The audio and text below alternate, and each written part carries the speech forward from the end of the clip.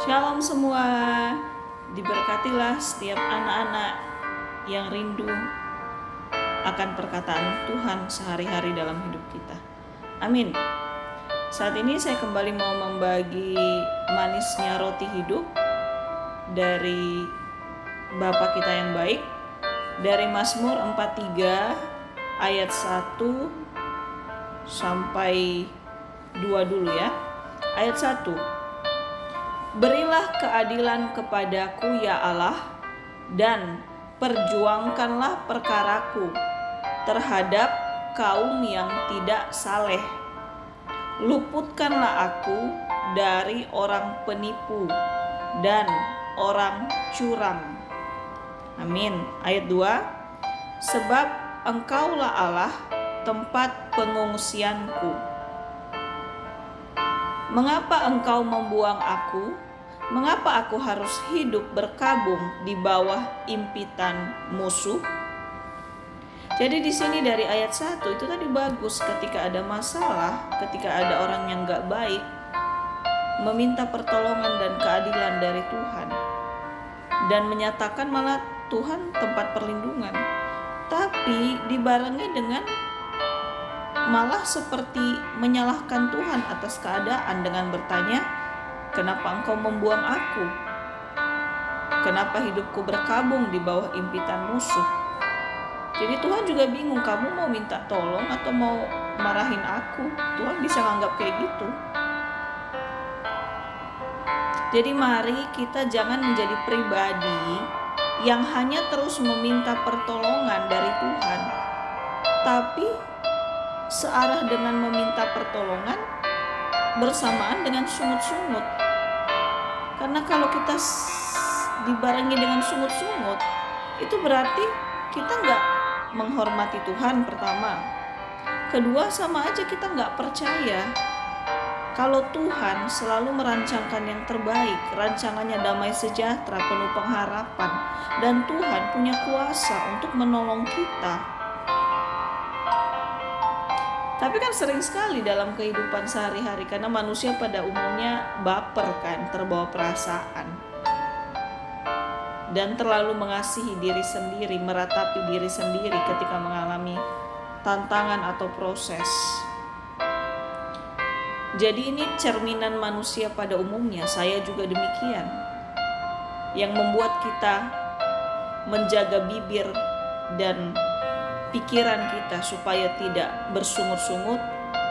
Ya kalau kita sadar kembali hidup kita itu dari Tuhan dan karena Tuhan, dan yang bisa nolong kita sungguh-sungguh sangat tulus hanyalah Tuhan. Jadi apapun yang kita alami, kita bisa berkeluh kesah sama Tuhan. Tuhan, aku lagi diginiin, aku lagi dirugiin, dicelakain. Tuhan, orang ini kok jahat sama aku. Dan ketika kita setelah berkeluh kesah, kita sangat bisa minta tolong sama Tuhan, gak salah. Justru pertolongan yang nyata dan penuh kuasa yaitu pertolongan dari Tuhan. Dari sekitar kita itu terbatas, bisa cuma denger doang, bisa cuma kasihan di bibir aja, bukan benar-benar tulus ikut merasakan apa yang kita rasakan saat kita mengalami tantangan. Tapi jangan kita egois juga, saking kita terlalu merasa sedih, malah karena kesedihan itu kita kayak nggak sanggup, kita limpahkan dengan menyalahkan Tuhan. Karena di paradigma kita menganggap Tuhan pasti memberikan yang terbaik, ya kan? Jadi ketika ada yang nggak baik yang kita alami, kita salahkan Tuhan. Yang nggak seperti itu juga. Bisa karena konsekuensi dari apa yang pernah kita perbuat. Bisa karena memang kita harus mengalami proses itu pun dari Tuhan misal, tapi pasti ujungnya adalah membuat kita menjadi pribadi lebih baik, bukan untuk menghancurkan kita. Kita adalah ciptaan kesayangannya, dia gak mungkin mau hancurin kita. Jadi benar-benar diingatkan di sini, ayo kita merefresh lagi sikap hati kita di dalam Tuhan. Tuhan tetaplah Tuhan. Dia di atas kita yang mengikut Dia. Tapi sekalipun itu Tuhan mau jadi sahabat buat kita, mau mendengar keluh kesah kita, mau nolong kita. Tapi jangan berarti karena Tuhan mau jadi sahabat kita, bahkan dia rela mati demi kita, jangan berarti kita nginjak-nginjak harga diri Tuhan juga dengan menyalahkan Tuhan, mengkritik Tuhan, bersungut-sungut ketika kita gak tahan dengan apa yang kita alami. Jangan dibalik, ketika semakin kita gak tahan dengan yang kita alami, namanya proses gak ada yang enak lah, gak ada yang suka. Tapi semakin gak enak pun kita alami, ayo berserah, berharap sama Tuhan. Bahkan bisa berkata, Tuhan berikan aku kekuatan untuk melewati semua ini. Lebih baik tetap kita keluarkan pengharapan dalam kesedihan kita sekalipun, dalam ketertekanan kita sekalipun, pengharapan yang kita minta sama Tuhan, bukan menyalahkan Tuhan. Tuhan jadi bingung. Kalau kita datang menyalahkan dia, jadi kita butuh pertolongan atau butuh apa sebenarnya dari Tuhan? Kita salahkan Tuhan, Tuhan gak pernah salah. Dan Tuhan gak akan pernah merasa salah. Tuhan maha benar. Bahkan di tengah lautan ketertekanan pun, kalau kita berharap sama Bapa, menyerahkan segala yang kita punya biar ditolong sama Tuhan, dia mampu mengubahkan dari 0 menjadi 100, dari hancur menjadi baik. Dia mampu mengubahkan. Tapi Tuhan mau lihat dulu kerendahan hati kita. Tuhan mau lihat dulu sikap hati kita. Benar-benar berharap sama Tuhan atau mendekat sama Tuhan hanya untuk menyalahkan Tuhan. Halo?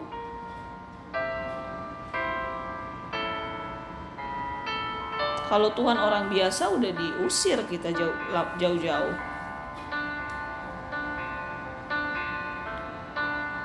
Misal kita ada janjian sama seseorang, sahabat kita atau orang yang kita percaya untuk curhat. Terus setelah itu dia welcome mau dengar curhat atau mau kasih masukan yang baik, malah kita nyalahin dia, kita maki-maki dia. Karena masukan dia pun gak akan membuat langsung selesai masalah kita. Jadi terus kita nyalahin dia. Apa gak emosi dia? Dia juga manusia, emosi lah. Udah kasih waktu dengerin curhat kita, dia kasih buah pikirannya untuk kasih solusi ke kita, malah dia disalahkan. Apalagi kalau masukannya itu gak berhasil, malah makin nyalahin. Apa gak makin menjauhi kita? Tapi puji Tuhan, Bapak kita Bapak yang baik. Apapun yang kita lakukan, dia tetap ada buat kita. Dia gak akan meninggalkan kita. Kita yang meninggalkan Bapa karena dosa kita, atau karena kita terlalu sombong ketika kita merasa hidup kita aman-aman aja. Dan betapa mirisnya udah hidup lagi gak aman karena ada tantangan, datang ke Tuhan malah bersungut-sungut menyalahkan Tuhan. Gak usah. Mari kita bercermin seperti Ayub. Apapun tantangan yang kita alami tidak semengerikan Ayub. Tetapi Ayub tetap jaga sikap hatinya, pikirannya, bibirnya. Sekalipun mungkin ada niat ingin mempertanyakan atau berkeluh kesah, tapi niat itu tidak dilontarkan dalam bentuk perkataan langsung ke Tuhan dengan berkata, kok Tuhan ngelakuin ini? Kok Tuhan tega mengutuk aku? Kok Tuhan gak segera hilangkan sakit ini? Ayub tidak mendikte Tuhan. Ayub berserah sama Tuhan.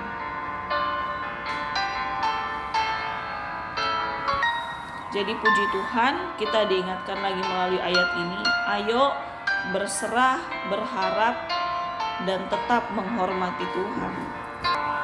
Jadi ini benar-benar kunci emas buat kita, supaya kedepannya mari hanya terus berharap, berserah, dan mengucap syukur apapun yang kita alami.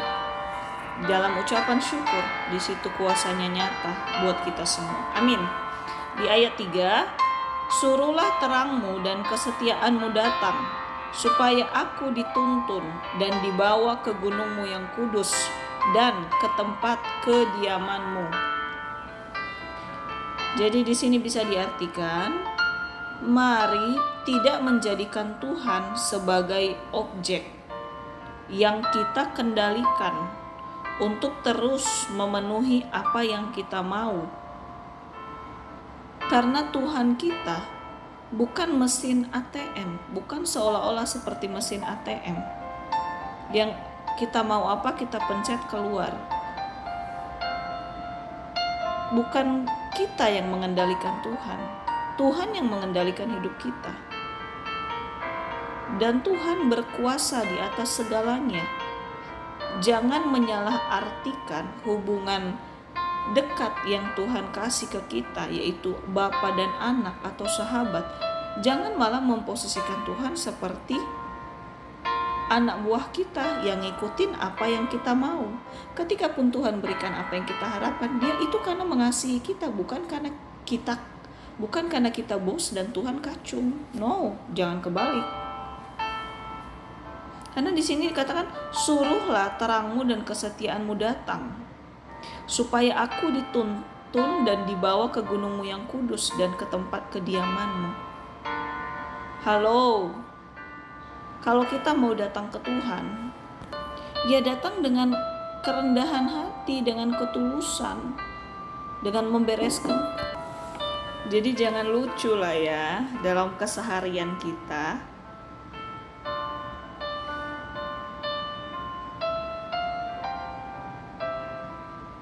Tuhan gak butuh embel-embel apapun ketika kita datang mendekat sama dia, berserah sama dia. Tuhan gak butuh embel-embel apapun dengan bawa ini, bawa itu, bawa seserahan, ya kali. Tuhan hanya butuh hati yang tulus dan percaya kepadanya. Karena apa gunanya kita berharap sama Tuhan tapi kita juga gak percaya, kita masih ragu. Karena Tuhan ada bilang, yang mendua hati gak akan dapat apa-apa. Jadi percaya aja, bukan dengan logika. Tapi dengan hati yang tulus aja kita percaya sama Bapa kita. Dan jelas, kuasa pengorbanannya sudah sangat nyata, gak perlu kita ragukan. Dan pengorbanan Tuhan gak ada yang bisa melakukan. Dan kuasa Tuhan gak ada juga yang bisa melebihi. Jadi ayo, ketika apapun kondisi kita, kondisi baik tidak baik, senang gak senang, ayo tetap datang berharap berserah sama Tuhan dalam ketulusan. Tuhan gak perlu kita jabarin tentang kita udah pelayanan berapa lama, kita udah berkorban berapa lama, kita udah bersedekah berapa banyak, kita udah naik jabatan berapa posisi atau berapa tabungan kita. Tuhan gak butuh kita jabarin itu, karena itu pun anugerah Tuhan. Tapi hati yang tulus, hati yang percaya, itulah yang kita usahakan dan kita jaga setiap saat sampai selama-lamanya. Itulah yang berharga sama Tuhan. Jadi jangan kita menghampiri tahta Tuhan, jangan kita mendekat kepada Tuhan dengan hati yang ragu-ragu, apalagi dengan bersungut-sungut. Amin. Biarlah Bapa kita yang baik terus memperbarui hati pikiran kita, tetap tulus, berharap penuh dan percaya sama Dia. Masalah janjinya Dia gak akan lupa kok. Gak usah kita klaim, gak usah kita usuk di hadapan Tuhan. Ketika terbaik kita alami, Tuhan pasti nyatakan kepada kita janji-janjinya. Bagian kita datang dengan hati yang tulus dan dengan tulus juga mau melakukan apa yang berkenan di hati Tuhan. Amin. Dengan kekuatan Tuhan tentunya. Kita gak mampu dengan daging kita sendiri. Terus di ayat 4, maka aku dapat pergi ke mezbah Allah, menghadap Allah, dan yang adalah sukacitaku dan kegembiraanku, dan bersyukur kepadamu dengan kecapi, ya Allah, ya Allahku. Jadi di sini diartikan apapun kondisi yang sedang kita alami, kemarin misal Mungkin kemarin-kemarin ada hal gak enak, terus kita mendekat kepada Tuhan, tetap kita datang dengan ucapan syukur. Ucapan syukur artinya kita mengimani Tuhan pasti berikan yang terbaik, bukan berdasarkan hati kita senang atau enggak baru mengucap syukur. Gak apa-apa kita datang dalam kondisi sedih atau tertekan, Tuhan gak akan paksa kita tetap terima anak-anak yang hanya tidak ada tantangan dalam hidupnya. Enggak, Tuhan mengerti. Itulah bagian hidup kita, ada proses, ada tantangan, ada pergumulan. Tapi datang ke Tuhan dengan iman, dan di dalam iman pasti ada ucapan syukur. Di dalam ucapan syukur pasti ada iman. Jangan pernah kita datang dengan sungut-sungut atau menyalahkan Tuhan, karena Tuhan yang berkuasa atas segalanya. Jangan kita bawa ketakutan atau keraguan-raguan yang kita rasakan. Jangan kita bawa apa yang kita rasakan, karena di surga gak berlaku perasaan dari daging, tapi yang berlaku adalah hati yang tulus kepada Tuhan. Jadi mari berserah aja, mengucap syukur aja kepada Tuhan. Makanya di sini di ayat ini, maka aku dapat pergi ke mezbah Allah menghadap Allah yang adalah sukacitaku dan kegembiraanku, dan bersyukur kepadamu dengan kecapi, ya Allah, ya Allahku. Jadi udah, kita menghadap Bapa dengan sukacita, kegembiraan, ucapan syukur. Bukan berarti yang mendekat sama Tuhan tidak pernah ada masalah atau tantangan, bahkan mungkin bisa lebih besar daripada orang yang tidak sungguh-sungguh dalam Tuhan. Tapi itulah